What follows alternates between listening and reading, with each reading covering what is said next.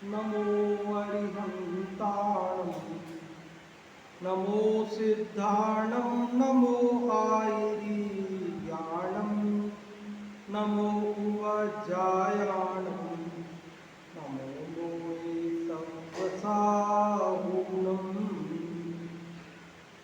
यह पद्मनंदी पंचविंशति का नामक ग्रंथ राज है और इसकी रचना आज से लगभग 1000 वर्ष पहले आचार्य पद्मनंदी देव के द्वारा की गई है। इसे वन शास्त्र भी कहते हैं। श्रीमद जी इसको वन शास्त्र बोलते थे। वन में बैठकर मुनिराज पद्मनंदी देव ने इसकी रचना की। इसके 26 अधिकारों में प्रथम धर्मोपदेशामृत अधिकार अपन पढ़ रहे हैं और यहाँ पर इसके 14 श्लोक पढ़ चुके हैं। आज 15 नंबर का श्लोक पढ़ेंगे। कल हमने 14वें श्लोक में गृहस्थों की जो 5वें अनुष्ठान में 11 प्रतिमा होती है उसकी बात पढ़ी थी। अब इस 15वें श्लोक में क्या कह रहे हैं देखिए। यत्प्रोक्तं प्रतिमाभिराभिरभितो विस्तारिभिः सुविधिः ज्ञातव्यं तदुपासकाभ्यनतो गेहि व्रतं विस्तरात् तत्रापि व्यसनोज्जनं यदि तदप्यासूत्र्यते त्रय्यत् तन्मूलः सकलः सतामृत विधि याति प्रतिष्ठां पराम्। क्या कह रहे हैं? यत प्रोक्तम, यत मतलब जो, प्रोक्तम मतलब कही गई, जो कही गई है। क्या कही गई है? प्रतिमा, जो प्रतिमाएं कही गई हैं। प्रतिमाभिराभिरभितो, इसके खंड करेंगे तो कितने खंड होंगे? पहला प्रतिमा भी, दूसरा आभि और तीसरा अभितो, 3 खंड होंगे। प्रतिमा भी विसर्ग का र हो गया और आभि का आ उसमें मिल गया, आभि और अभितो। तीनों शब्दों का क्या अर्थ है? आभि मतलब ये, प्रतिमा भी मतलब प्रतिमाओं से, इन प्रतिमाओं से अभिता, अभिता मतलब सर्व प्रकार, सर्व ओर से। वैसे दोनों ओर भी होता है लेकिन यहाँ सर्व ओर से, सर्व प्रकार से। विस्तारी भी, विस्तार से, विस्तारी भी विस्तार से। सूरी भी, सूरी बोलते हैं आचार्य को। सूरी किसको बोलते हैं? आचार्य को बोलते हैं ना। सूरी मंत्र बोलते हैं, सूरी मंत्र, क्योंकि प्रतिष्ठाचार्य देते हैं उसे। आचार्य देते हैं ना, प्रतिष्ठाचार्य, गृहस्थाचार्य देते हैं, इसलिए उसको सूरी मंत्र कहते हैं। सूरी मतलब आचार्य। तो एक तो गृहस्थाचार्य होता है, एक मुनियों का आचार्य होता है। 2 आचार्य होते हैं। अनेक प्रकार से आचार्य होते हैं। कॉलेज में भी आचार्य होते हैं, जो पढ़ाते हैं, प्रोफेसर वगैरह, उनको आचार्य बोलते हैं। होते कि नहीं होते? हम भी आचार्य कहलाते हैं। स्कूल में प्रधानाचार्य कहलाते हैं। तो नाना अपेक्षाओं से बात चलती है। आपने हॉस्पिटल में गए होंगे तो वहाँ पर भी विभागाध्यक्ष जो डॉक्टर होते हैं उनके आगे आचार्य लिखा रहता है, देखा होगा आप लोगों ने, आचार्य लिखा रहता है। क्यों? आचार्य मतलब प्रमुख, आचार्य मतलब मुख्य, प्रधान, विशेष। तो जो मुनियों में विशेष होते हैं, मुख्य होते हैं, वो मुनियों के आचार्य कहलाते हैं। ऐसे गृहस्थों में जो विशेष होते हैं, गृहस्थों के कार्यों में स्पेशल होते हैं, उसके समझदार होते हैं, वो गृहस्थाचार्य कहलाते हैं। ऐसे ही जो पूजा प्रतिष्ठा आदि में प्रवीण होते हैं वो प्रतिष्ठाचार्य कहलाते हैं। तो ऐसे नाना प्रकार से। तो यहाँ तो आचार्य का मतलब मुनिराज वाले आचार्य की बात है। तो आचार्यों के द्वारा विस्तारी भी, विस्तारी भी मतलब विस्तार से। पहली पंक्ति का क्या अर्थ हुआ कि इन प्रतिमाओं का सर्व प्रकार से विस्तार से आचार्यों ने जो कथन किया है, यत मतलब जो, प्रोक्तम मतलब कहा गया है, कथन किया है, उस कथन को ज्ञातव्यम, जानना चाहिए। आचार्यों ने इन 11 प्रतिमाओं का विस्तार, यहाँ तो एक श्लोक में कल अपन ने पढ़ ली पूरी 11 प्रतिमाएं, पूरी 11 प्रतिमाएं केवल एक श्लोक में, लेकिन आचार्यों ने अन्य ग्रंथों में उन 11 प्रतिमाओं का बहुत विस्तार से वर्णन किया है। तो उसको हमें क्या करना चाहिए? ज्ञातव्यम, जानना चाहिए। तो साहब कौन से ग्रंथ में से जाने, कौन से ग्रंथ में विस्तार से बताया है? आवाज आ रही पीछे? कम तो नहीं आ रही? ठीक है, तो भाऊ जी आपको आ रही कि नहीं? बस हाँ, तो आपको आ रही तो कोई बात नहीं।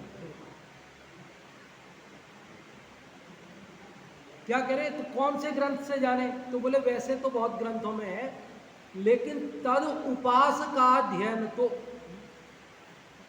जो 12 अंग है ना, द्वादशांग रूप जिनवाणी है।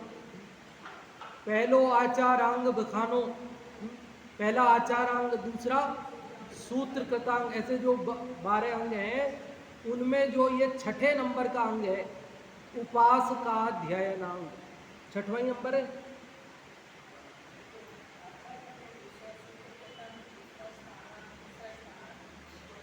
समवायाम, ये 7वां है। आज जो भी क्रम हो समझ लेना, मुझे छठा ध्यान था, 7वां है तो 7वां और छठा है तो छठा। उपासकाध्ययनांग नाम का जो ग्रंथ है, अंग है, उसके अध्ययन से गेही व्रतम, गृहस्थों के व्रत, गेही व्रत मतलब गृहस्थों के व्रतों को विस्तार से ज्ञातव्यम, जानना चाहिए। समझ में आई बात?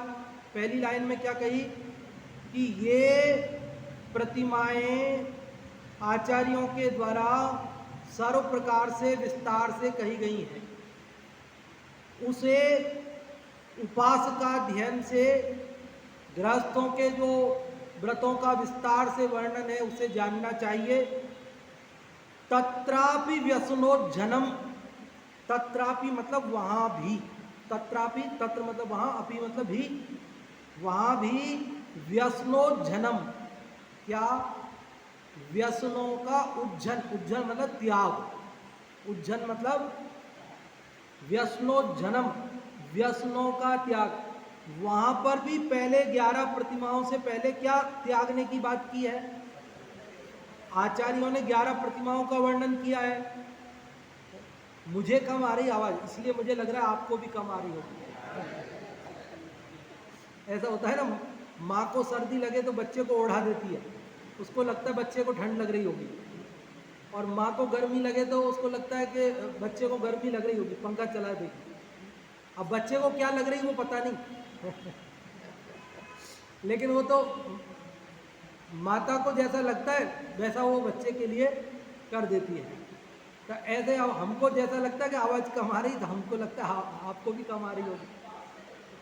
थोड़ा सा पास में करो।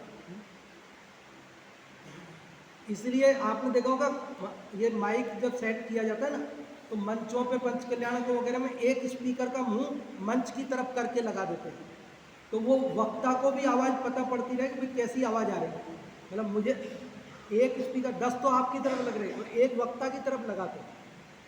नहीं, अब क्या होता है, यहाँ अपनी तरफ नहीं है ना, सबके मुंह उधर के आपकी तरफ, इसलिए आपको तो आ रही है आवाज़, मुझे नहीं आ रही, और वो अपनी तरफ लगा रहता है तो अपने को भी पता पड़ता रहता है वक्ता को कि हमें आवाज़ आ रही है, वैसे ही श्रोताओं को भी आ रही है। चलो कोई दिक्कत नहीं है, आपने मतलब कह करके बता दिया है कि हाँ हमें आ रही है, तो बस मान लेते हैं।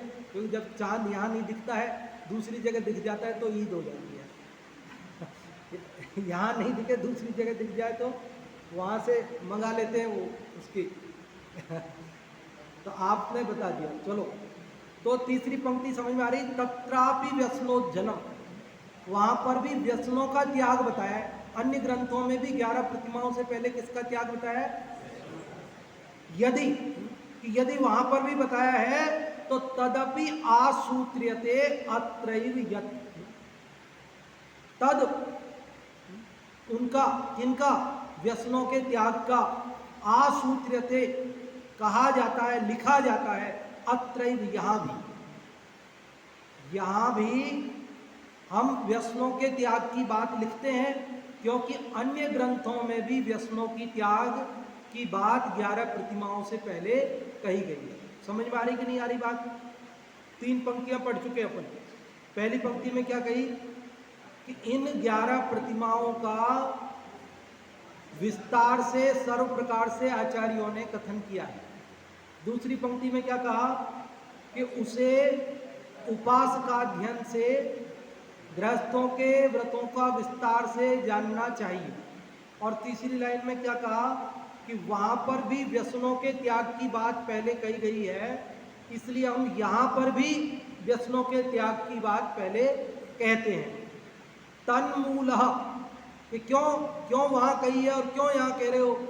कि बोले तन्मूलः, वह मूल है 11 प्रतिमाओं का मूल, 11 प्रतिमाओं की नींव, 11 प्रतिमाओं की आधारशिला, जड़ क्या है? 7 व्यसनों का त्याग। जब तक 7 व्यसनों का त्याग न हो तो 11 प्रतिमाओं का धारण नहीं हो। सकल सताम व्रत विधि, सकल मतलब समस्त, सताम सज्जनों के व्रतों की विधि, याति प्रतिष्ठाम पराम, याति मतलब प्राप्त होती है, प्रतिष्ठा को, पराम मतलब उत्कृष्ट, परम प्रतिष्ठा को प्राप्त होती है। ये श्रावक के जितने भी व्रत हैं वो सब कब प्रतिष्ठा को प्राप्त होते हैं, कब सुशोभित होते हैं? जब उसने पहले व्यसनों का त्याग किया हो। अगर व्यसनों का त्याग नहीं किया और वो व्रतों को अंगीकार करे तो वो शोभा, समझ में आई बात? जैसे यूं समझ लो कि मैंने रात्रि भोजन त्याग प्रतिमा अंगीकार कर ली। क्या कर ली? यथा मैं रात्रि में भोजन नहीं करता और मैं शराब का सेवन करता हूं, तो कैसा लगेगा? समझ में आई? मैंने व्रत तो अंगीकार, प्रतिमा तो अंगीकार कर ली, ब्रह्मचर्य प्रतिमा अंगीकार कर ली, और मैं क्या करता हूं? जुआ खेलता हूं। क्या करता हूं? समझ में? 7 व्यसनों का तो त्याग किया नहीं और कोई प्रतिमा अंगीकार कर ली, व्रत अंगीकार कर लिया, तो ये शोभा नहीं देगा। समझ में आ रही बात? पंडित टोडरमल जी ने मोक्षमार्ग प्रकाशक में लिखा कि कोई व्यक्ति एक कपड़ा तो फटा पहने और एक कपड़ा नया पहने तो शोभा नहीं देगा। मैं शर्ट तो एकदम नया पहन के आऊं और पेंट फटा हुआ हो पैंट तो एकदम नया पहन के आऊं और शर्ट फटा हुआ हो तो कैसा लगेगा? शोभा नहीं देगा, हास्य का पात्र हो जाएगा। कैसा हो जाएगा? हास्य का, मजाक का पात्र हो जाएगा। इसी प्रकार कोई क्रिया तो ऊंची करें और कोई क्रिया नीची करें तो वह शोभा नहीं देता। इसलिए व्रतों में भी क्रम है। इसलिए व्रतों में भी क्या है? क्रम है। पहले व्यसनों का त्याग किया जाता है और फिर प्रतिमाओं को धारण किया जाता है। समझ में आ गई बात? हम कहाँ, हम कैसे? अशुभ में, शुभ में और शुद्ध से। तो बात समझ में आती है ना? बात क्या कह रहे हैं? 11 प्रतिमाओं से पहले क्या होना चाहिए? 7 व्यसनों का त्याग। अब इससे और बातें भी समझ लेना, मतलब पहले बड़ी कमी दूर होनी चाहिए। क्या समझ में आई बात? पहले बड़ा पाप छूटना चाहिए, फिर छोटा पाप। क्योंकि जब तक हम जिसको जगत गलत समझता है, जो वास्तव में महापाप का कार्य है, हम उसे तो छोड़े नहीं, और छोटे मोटे छोड़ करके और अपने को बड़ा मानने, तो कहते हैं ये हास्य का पात्र हो जाता है। क्या हो जाता है? सामान्य सदाचार तो पहले चाहिए। सामान्य सदाचार तो पहले होना चाहिए। देखो अब इस श्लोक में और ज़्यादा बात नहीं है, और मैं थोड़ा जल्दी चल नहीं चाह रहा हूँ, आप लोग भी चाह रहे होंगे कि जल्दी चलें, तो आप कहो तो एक श्लोक और पढ़ लें, लेकिन पहले इसका अर्थ आपको बताना पड़ेगा, तब बढ़ेंगे। इसका अर्थ एक जना बता दो आप में से, ये माइक ले लो ताकि ये हमारी रिकॉर्डिंग में आपकी आवाज़ आ जाए, क्योंकि जब कोई सुनते हैं रिकॉर्डिंग को तो आपने क्या उत्तर दिया वो सुनाई नहीं देता, हम पूछते हैं वो तो सुनाई देता है। कौन बता रहे हैं इसका अर्थ? कोई बता रहे हैं क्या? तो माइक दो।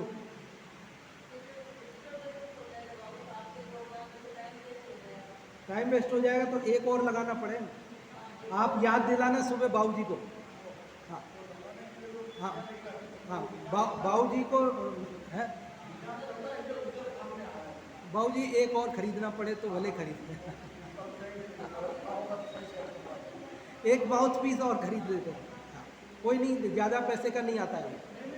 हाँ हाँ, तो अब देखो, हाँ क्या इसका हिंदी पद्यानुवाद पढ़ते हैं। देखो, आचार्यों ने प्रतिमादिक का किया बहुत विस्तृत वर्णन, उपासका ध्यानादि ग्रंथों से जानो श्रावक व्रत विवरण, व्यसन त्याग भी वहाँ कहा है और यहाँ भी करें कथन, क्योंकि इसी से सत्पुरुषों की व्रत विधि प्राप्त करे सम्मान। बहुत सरल है। क्या कह रहे हैं? आचार्यों ने प्रतिमादिक का किया बहुत विस्तृत वर्णन, श्रावक की 11 प्रतिमा आदि का वर्णन बहुत विस्तार से आचार्यों ने किया है। उपास का अध्ययन आदि ग्रंथों से जानो श्रावक व्रत विवरण, श्रावक के व्रतों का विवरण उपास का अध्ययन आदि ग्रंथों से जानना चाहिए। व्यसन त्याग भी वहाँ कहा है, वहाँ पर 11 प्रतिमाओं से पहले किसके त्याग की बात की है? व्यसनों के त्याग की बात की है। और यहाँ भी करें कथन, ये तो पूर्वाचार्यों के अनुसार है, इसलिए उन्होंने कहा है तो हम भी कहेंगे, क्योंकि इसी से सत्पुरुषों की व्रत विधि प्राप्त करे सम्मान, क्योंकि इन व्यसनों के त्याग से ही सत्पुरुषों के जो व्रत हैं उनका सम्मान प्राप्त होता है। बाकी तो उन व्रतों की हंसी होती है, जो कोई व्यसनों का त्याग तो नहीं करता और केवल व्रतों का पालन करता है, तो जगत में उन व्रतों की हंसी होती है कि ये कैसा व्रती है, ये कैसा व्रती है, ऐसा मजाक नहीं होगी जगत में, ये बात। इसका अर्थ श्री समंत भद्र आदि बड़े बड़े आचार्यों ने 11 प्रतिमा और गृहस्थों के व्रत आदि का अत्यंत विस्तार के साथ वर्णन अपने अपने ग्रंथों में किया है। इस समंत भद्र का है ना रत्नकंड श्रावकाचार, ऐसे उनमें श्रावकों के विस्तार से वर्णन किए व्रतों का, इसलिए उपास का अध्ययन आदि ग्रंथों से इनका स्वरूप विस्तार से जानना चाहिए। उन्हीं आचार्यों ने जुआ खेलना, ये 7 व्यसन है ना, तो 7 के नाम तो नहीं लिखे, आदि कर है 2-3 लिखकर, जुआ खेलना, मद्यपान करना, मांस खाना आदि, तो साहब 7 के नाम बता दो, बता तो देता, लेकिन अगला श्लोक अभी पढ़ रहे हैं उसमें आ रहे हैं, इसलिए अभी नहीं बता। जुआ खेलना, मद्यपान करना, मद्य मतलब शराब, मद्य मतलब शराब, पान मतलब पीना, मांस खाना आदि 7 व्यसनों का भली भांति स्वरूप दिखाकर उनके त्याग की अच्छी तरह विधि बतलाई है। इस ग्रंथ में भी उन 7 व्यसनों के त्याग का वर्णन किया जाएगा, क्योंकि 7 व्यसनों के त्याग से ही सज्जनों की व्रत विधि अत्यंत प्रतिष्ठा को प्राप्त करती है, व्यसनों के त्याग बिना नहीं। समझ में आती है बात? नींव तो भरे नहीं और महल बनाए तो क्या होगा? देखो, शोभा तो नहीं होगी, सो नहीं होगी, वो गिर और जाएगा। क्या होगा? वो महल गिर जाएगा। एक बारिश भी सहन नहीं कर पाएगा। ऐसे ही बिना विष्णु के त्याग के कोई व्रतों को धारण भी करेगा तो शोभा तो नहीं होगी, सो नहीं होगी, लेकिन वे व्रत भी टिकने वाले टूट जाएंगे। हमारे लोग शराब पी लेगा तो नशे में सब भूल जाएगा, नशे में क्या याद रहेगा उसको, नशे में उसे होश ही नहीं रहेगा। तो होश ही नहीं रहेगा तो उसे पता ही, विवेक ही नहीं रहेगा कि मेरा क्या व्रत है और क्या नहीं है। समझ में आती है बात?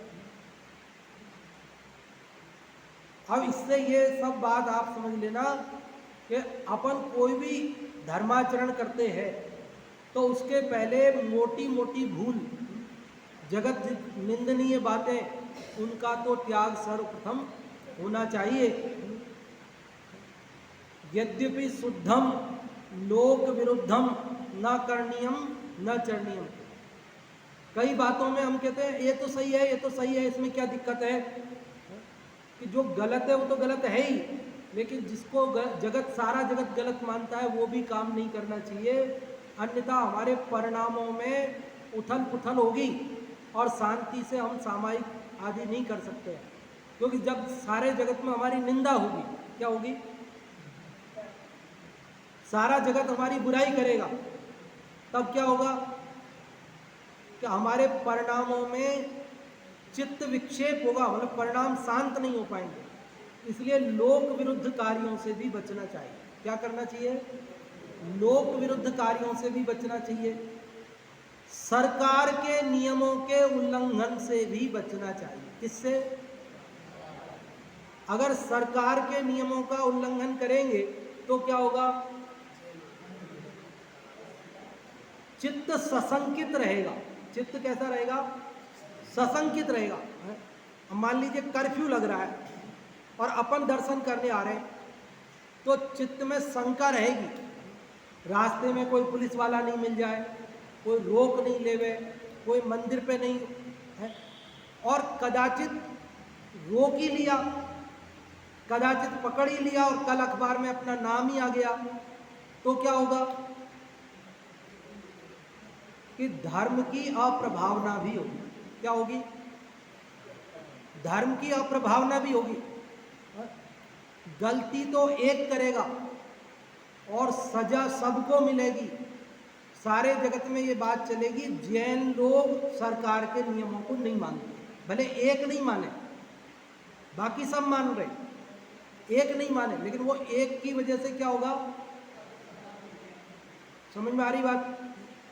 इसलिए अगर हम धर्म ध्यान भी शांति से करना चाहते हैं तो व्यसनों का त्याग परम आवश्यक है और अन्य लोक विरुद्ध, राज्य विरुद्ध कार्यों का भी त्याग आवश्यक है। भले पकड़े ना पकड़े वो अलग बात है, नहीं पकड़े तब सब जा रहे हैं, कोई नहीं रोक रहा, ठीक है, सब जा रहे हैं, कोई नहीं रोक रहा, लेकिन अगर रोक लिया तो आप ये कहोगे कि सब जा रहे हैं तो मैं भी जा रहा हूं, मानेंगे आपकी बात? वो कहेंगे इससे मतलब नहीं है, सबसे मतलब नहीं है। आप तो ये बताओ कि आप पढ़े लिखे हो, समझदार हो कि नहीं हो, आपको पता है कि नहीं? बिना हेलमेट के सभी निकल रहे हैं, लेकिन जिसको रोक लेते हैं उसको तो परेशान कर ही देते हैं ना। फिर वो कहता वो तो निकल गया, वो तो निकल गया, उसको तो नहीं रोका, इसको तो नहीं रोका, मैं कल भी निकला था, कल तो नहीं रोका, आज ही क्यों रोक रहे हो? भैया आप जो पकड़ में आ गया सो आ गया, जो गया सो गया, यही होता है ना। यहां पर व्यसनों के त्याग की बात है। किसकी त्याग की बात है? व्यसन किसको कहते हैं? बुरी आदत को व्यसन कहते हैं। व्यसन किसको कहते हैं? बुरी आदत को व्यसन कहते हैं। 7 व्यसन लोक में प्रसिद्ध है, और भी बुरी आदतें कोई हो वो भी व्यसन ही है। क्या कहा? अब आजकल कोई शिकार खेलने नहीं जाते सामान्यतया, पहले राजे महाराजे शिकार खेलने जाया करते थे। आजकल सामान्यतया शिकार, वैसे सरकार की तरफ से भी प्रतिबंध है, कोई शिकार खेल भी नहीं सकता। एक ने खेली जो तो आपको पता ही है, रोज अखबारों में एक ने हिरण का शिकार कर लिया था ना, काले हिरण का। तो रोज कोर्टों के चक्कर हो रहे हैं, वैसे सरकार की तरफ से ही प्रतिबंध है। तो अब उस जमाने में जब ये 7 बताए थे तब शिकार खेलना बहुत प्रचलन में रहा होगा, तो उन्होंने बताया। आज के ज़माने में और जो बुरी आदतें हमारे चित्त में बैठ गई हों वे सब भी व्यसनों में समझ लें। ठीक है, 7 व्यसन जो हैं वो कौन कौन से हैं प्रसिद्ध, उसके लिए ये छोटा सा श्लोक है, मैं पढ़ता हूँ। मध्यमा द्यूत मांस सुरावेश्या खेट चौर्य परांगना महापापानि सप्तेति व्यसनानि त्यजेत बुधा। द्यूत, द्यूत मतलब जुआ, द्यूत मतलब जुआ, और मांस, मांस भक्षण। पहला व्यसन कौन सा? जुआ खेलना। दूसरा मांस भक्षण करना। तीसरा सुरा, सुरा मतलब शराब, सुरापान मतलब शराब पीना। और चौथा व्यसन वेश्यागमन। और पांचवा है आखेट, आखेट मतलब शिकार खेलना, हिरण, सिंह आदि अन्य खरगोश आदि पशुओं को मारना। और इसके बाद है चौर्य मतलब चोरी करना। और इसके बाद है परांगना, अंगना मतलब स्त्री, पर मतलब पर स्त्री, परांगना मतलब पर स्त्री। तो हो गए 7, जुआ, मांस, शराब, वेश्या, शिकार, चोरी और पर स्त्री। महापापानि सप्तेति, सप्त इति, इति मतलब इस प्रकार, इस प्रकार सप्त 7 महापापानि, महापाप रूप व्यसनानि, व्यसन है ये 7 व्यसन। कैसे हैं? त्यजेत बुधः, त्यजेत बुधः, त्यजेत मतलब त्याग देना चाहिए, बुधा बुद्धिमानों को। जो अपने को समझदार मानते हो कम से कम उनको तो छोड़ ही देना चाहिए। जो अपने को मूर्ख मानता हो, ऐसा कोई है दुनिया में? हर आदमी अपने को समझदार ही मानता है, मूर्ख भी अपने को समझदार मानता है, पागल भी अपने को पागल नहीं मानता। पागल दूसरे को पागल समझता है, लेकिन अपने को होशियार समझता है। मैं तो बहुत होशियार हूं।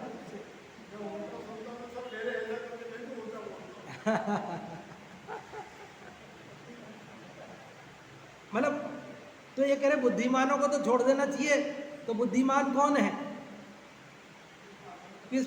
बुद्धिमान सभी है, समझ गया ना? क्यों? बुद्धिमान कौन है? तो अपने से पूछ के देखो कि मैं बुद्धिमान हूं कि नहीं हूं। कभी कभी हम मूर्ख बन जाते हैं, वो अलग बात है, बाकी हमसे ज्यादा होशियार कोई है नहीं। वैसे भी कहावत ऐसी है, दूसरे का धन और अपनी बुद्धि हमेशा ज्यादा नजर आती है। दूसरे का धन और अपनी बुद्धि हमेशा अधिक नजर आती है।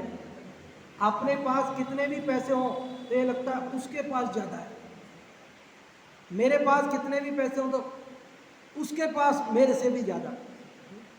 मेरे को 10 लाख का पैकेज मिलता हो तो भी उसका 20 का है, मेरा 1 करोड़ का पैकेज हो तो नहीं उसका और ज्यादा है।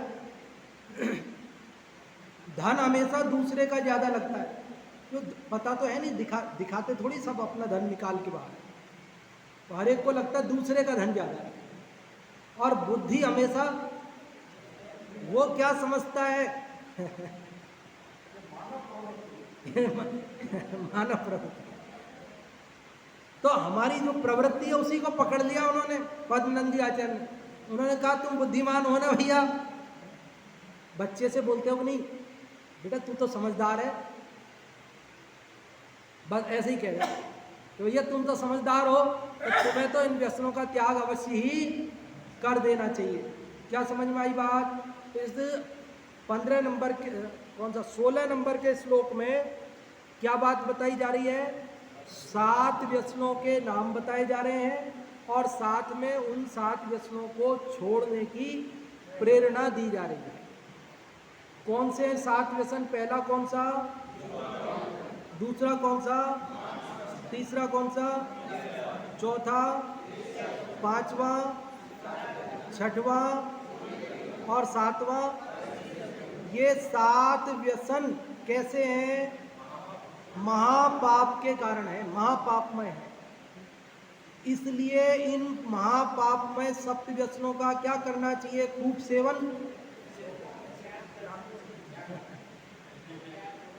क्या करना चाहिए? कि इनका त्याग करना चाहिए। आगे और भी बात आएगी, इन 7 व्यसनों की अलग अलग बात आएगी। एक एक व्यसन की अलग अलग श्लोकों में थोड़ा विस्तार से, बहुत विस्तार से तो नहीं, पर थोड़ा विस्तार से बात आएगी। इसलिए अभी इसका विस्तार करने की अपने को आवश्यकता नहीं है। अभी तो आप लोगों को 7 व्यसनों के नाम वैसे तो याद होंगे ही, लेकिन नहीं हो तो याद कर लेंगे। और 11 प्रतिमाओं के नाम याद होंगे, कल पढ़े वो, है ना। ये अरे भाई, ये तो अपने श्रावक के व्रत है। ये तो बिल्कुल भी प्रैक्टिकल, मतलब प्रैक्टिकल वाली बात है। तो आप और हम गृहस्थ हैं और हमको पालन करना है, तो जिन बातों का हमें पालन करना है वो याद थोड़ी करनी पड़ती है। मतलब वो तो पालन कर ही रहे हैं ना, तो कर ही रहे हैं तो याद होगी वो बात। और अगर कहीं कोई शिथिलता चलती हो तो उसमें सुधार करना है, कहीं कोई कमजोरी हो तो उसे दूर करना है। ये 7 व्यसनों के नाम अवश्य ही याद करना है। कई लोगों को ये बात लग सकती है कि साहब हम कहाँ 7 व्यसनों का सेवन करते हैं जो हमसे ये कह रहे हैं कि 7 व्यसनों का त्याग करो। हम कौन सी जुआ खेलते हैं, हम कौन सी चोरी करने जाते हैं, हम कौन सा मांस भक्षण करते हैं, हम कौन सा शराब, हमारे तो 7 व्यसनों का त्याग ही है। हमको क्यों कह रहे हो? है क्या बनारसी दास जी? हाँ, तो यहाँ कहते भैया, यदि आपके जीवन में ये 7 व्यसन ना भी हों तो भी ये 7 व्यसनों की चर्चा आवश्यक है, ताकि आने वाली पीढ़ी को भी 7 व्यसनों से बचाया जा सके।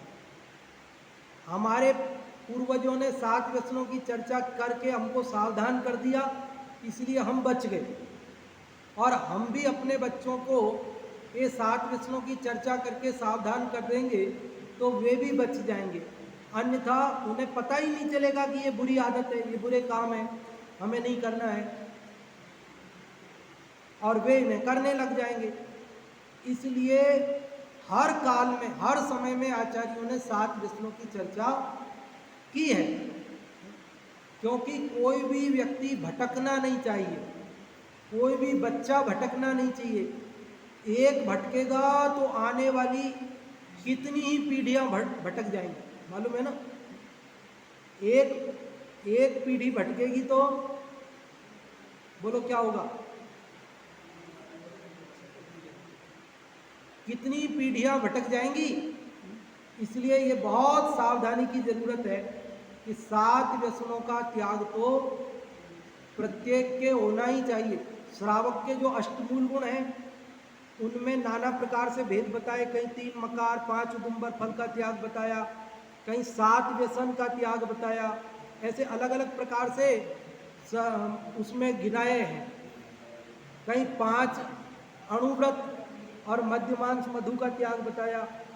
ऐसे नाना 3 मकार को एक ही बना लिया, 7 व्यसन ले लिए, 7 व्यसन और 3 मकार एक, ऐसे 8 मूल गुण हो गए। नाना प्रकार से भेद करके आचार्यों ने बताए। तो आज अपन ने कौन कौन से नंबर के श्लोक पढ़े? 15 और 16, 2 श्लोक। 15वें श्लोक में क्या बात बताई गई है?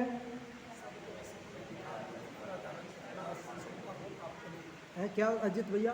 शब्द व्यसन को त्याग के बिना प्रतिमाओं का धारण करना सज्जनों को सौभाग्य प्राप्त नहीं होता। हाँ, पहले से पहले सब व्यसन का त्याग। सप्त व्यसन का त्याग करना चाहिए। और इन 11 प्रतिमाओं का विशेष अध्ययन करने के लिए एक अंग का यहाँ नाम आया, उपासकाध्ययन आदि। अब वो तो मूल उपासकाध्ययन तो अभी मौजूद नहीं है, 11 अंग जो हैं वो तो अभी लुप्त हो गए समय के साथ में, लेकिन उनके आधार से जो श्रुत परंपरा से बात चली आई थी और थोड़ी बहुत जो हमारे भाग्य से बची रह गई, वो अभी हमारे शास्त्रों में उपलब्ध है। तो जिनमें उपलब्ध है जैसे रत्नगण श्रावकाचार आदि है, अन्य जो सागार धर्मामृत आदि हैं, तो वहाँ से अपने को उसका अध्ययन करना चाहिए। और इस 16वें श्लोक में क्या बात बताई है?